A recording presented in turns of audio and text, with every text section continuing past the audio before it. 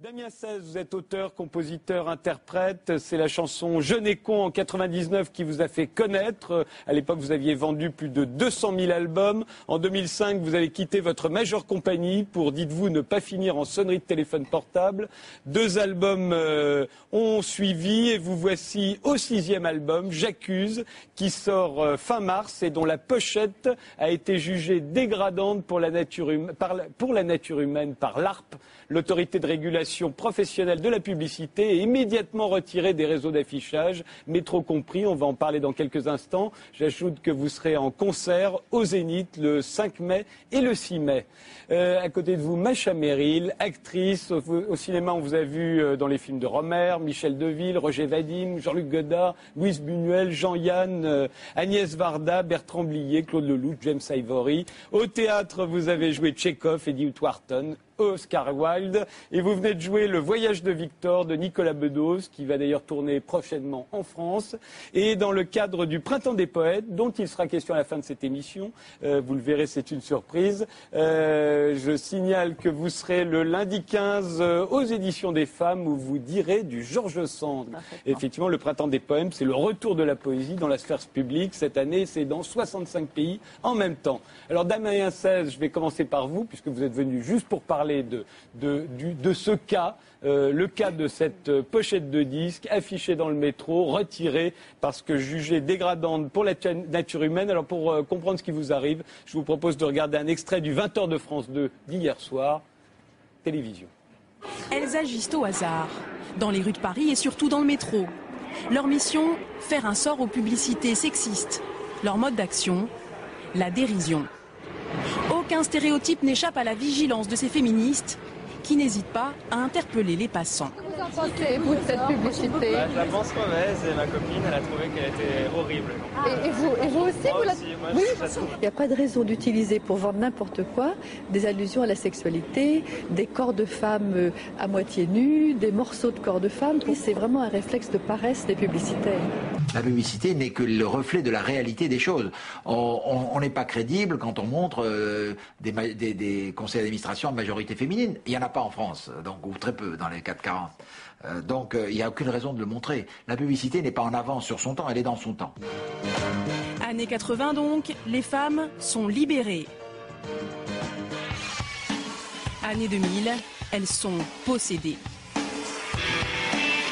La pub ne fait que surfer sur les tendances. Et aujourd'hui, la mode s'assagit. Le chanteur Damien Seize vient d'en faire les frais. Aucune régie publicitaire n'a accepté l'affiche de sa tournée, jugée dégradante pour l'image de la femme. Je me sens pas fautif de quoi que ce soit. J'abuse pas de l'image de la femme, moi. Si ça, c'est pour vendre du non ou du soutif, ça passe. Si c'est pour dire j'accuse, ça passe pas. Alors cette photo, c'est une photo de Jean-Baptiste Mondino, et c'est l'affiche promotionnelle qui représentait la couverture de votre album, qui a été jugée dégradante pour l'image de la femme ou pour la nature humaine. Est-ce que ça vous étonne? Déjà là-dessus, je reprendrai. Oui, je vous en prie. C'est qu'elle n'a pas été jugée.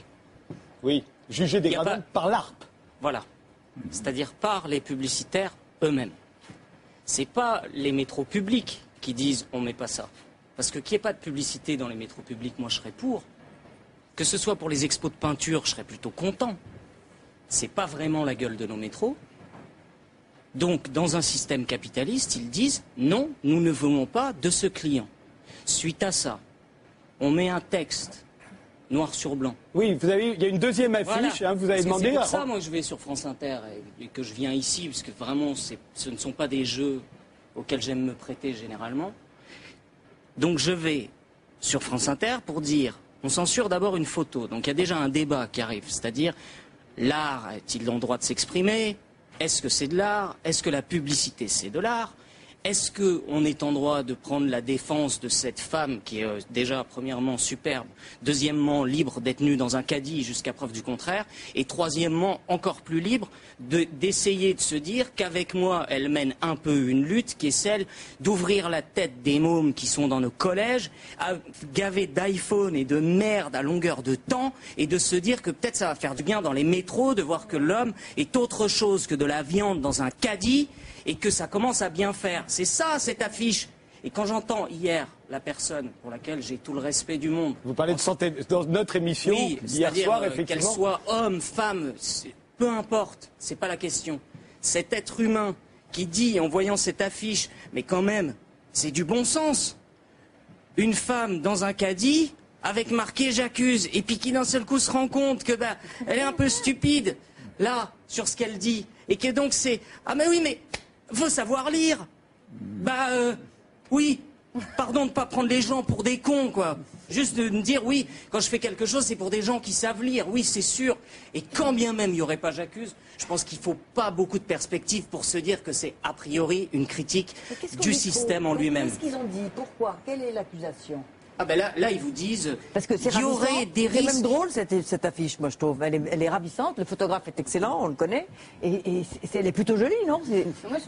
Attendez, continuez. Qu'est-ce qu'ils vous ont dit? Qu'est-ce qu'ils vous ont dit? Parce qu'en fait, je vais arrêter de m'énerver parce que c'est tellement, non, mais ça me semble tellement une blague, c'est-à-dire que rare. non, C'est mais bon c'est-à-dire la que moi, colère, au contraire. je pense C'est bon ça. à la tête de mes potes quand je leur ai dit ça, à la tête de ma copine quand je lui ai dit ça et qui se dit non mais c'est pas possible. Quand vous lui avez dit que ça avait été retiré parce que jugé sexiste et dégradant. Donc, juste un texte qui dit la photo initialement prévue sur cet affichage a été interdite dans les couloirs des métros, avec une adresse. On la voit actuellement. Pour voir la pochette de son disque, pardon encore de vouloir vendre ce que je fais, c'est pas pour, enfin, et quand même difficilement de nos jours, difficilement parce que c'est moi le producteur, difficilement parce que oui, je suis parti des majors pour pas finir en sonnerie de portable, et difficilement également parce que c'est très difficile de faire ce métier-là aujourd'hui sans que les gens aient l'impression, dès qu'on va dire qu'on va le vendre, qu'on ait un préfabriqué comme ils en ont marre d'en voir à tort et à travers. Donc c'est difficile de faire son métier. Et là, d'un seul coup, cette affiche également. Oui, l'affiche qui disait que la première avait été interdite, l'affiche a été interdite aussi. C'est-à-dire qu'après, c'est dégradant pour la nature humaine, c'est juste ferme ta gueule. Bon ok, voilà, c'était juste à signaler, ça c'était l'émission de France Inter, c'était ça. Et ce qui est intéressant, c'est à quel point cette société a vraiment un problème à se regarder dans la glace. Parce que c'est ça, c'est que d'un seul coup, la façon dont c'est repris, c'est... Elle a été jugée, condamnée, limite on imagine un procès, elle dégradait l'image de la femme. Non, c'est pas du tout ça. C'est pas de ça dont il est question. Le débat, il n'est pas là. Le débat, c'est du clientélisme. Le débat, c'est que ce mec-là qui dit d'un seul coup, regardez la pub, je vais pas citer, la pub au bad, la pub, enfin toutes les pubs qu'on peut voir, la voir à côté de cette affiche-là, d'un seul coup, ça prend un autre sens. Donc les couloirs de métro auraient peut-être un autre visage. Et c'est ça qui emmerde. On peut me dire tout ce qu'on veut, c'est Tartuffe. C'est la même chose. C'est l'intégrisme du cacher ce sein que je ne saurais voir. Et puis, de l'autre côté, oui, parce que depuis des décennies, on a ruiné la nature humaine. Bien évidemment, on ne va pas l'assumer sur une photo qui pourrait clore un minimum le débat. Et pour conclure par rapport à tout ça, c'est que moi, je n'ai pas besoin de la télé pour me vendre. J'assume de le faire au sein de mon artisanat, au sein de mes textes, puisque c'est mon époque. Je n'ai pas besoin de censure pour qu'on parle de moi, j'ai même pas besoin qu'on parle de moi. La seule chose dont j'ai besoin, c'est que si je suis à une caisse de Carrefour, on ne me dise pas non, je vous sers pas. C'est la seule chose. Et c'est de ça dont il est question là. C'est pas d'une photo, et c'est clairement pas de l'art, et certainement pas du féminisme, parce que si ça c'est pas du féminisme, là c'est mon point de vue, si ça c'est pas du féminisme, je sais pas ce que c'est moi, perso. Belinda Cannon, c'est du féminisme? Non, je crois que c'est un peu le contraire. Moi je trouve. Je crois que la photo, c'est un acte féministe. Je trouve pas. Je vous crois très sincère et je sais que vous voulez vraiment dénoncer cette espèce de pornographie, des photographies publicitaires, j'en suis sûre. Mais il me semble qu'il ne suffit pas de dire j'accuse pour que l'œuvre qui est dessous soit une accusation. Oui, c'est pas quand on montre. Il n'y a pas de texte en dessous. Il y a une photo très belle, extrêmement suggestive, extrêmement sexualisée. Mais attendez, on est dans le métro, on va mettre cette affiche dans le métro et partout. Quand je vois cette photo, si je ne vois pas j'accuse, je ne vois pas en quoi cette photo est accusatrice. Ça me rappelle certains... Mais vous dites plus loin. Oui, ça me rappelle certaines œuvres contemporaines où parfois on voit des photos... Voilà, où on voit une photo d'Hitler et puis ou une photo de Mao. J'ai vu ça, je me souviens, il y a quelque temps à Beaubourg. Photo d'Hitler, photo de Mao. Il y avait un cartel dessous qui disait l'artiste dénonce. Eh bien non, c'est pas en montrant Hitler ou Mao qu'on dénonce le totalitarisme. Et c'est un peu pareil. Je ne vois pas beaucoup de différence dans cette photo. Il y a quand même un caddie.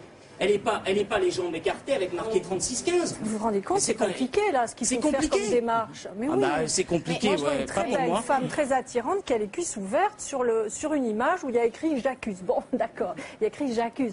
Enfin, la photo en elle-même, excusez-moi, c'est pas une dénonciation. Ce que vous voulez faire, je suis sûre que c'est ça. Mais malheureusement, je crois que vous avez été un peu trahi par le support. Valentine ?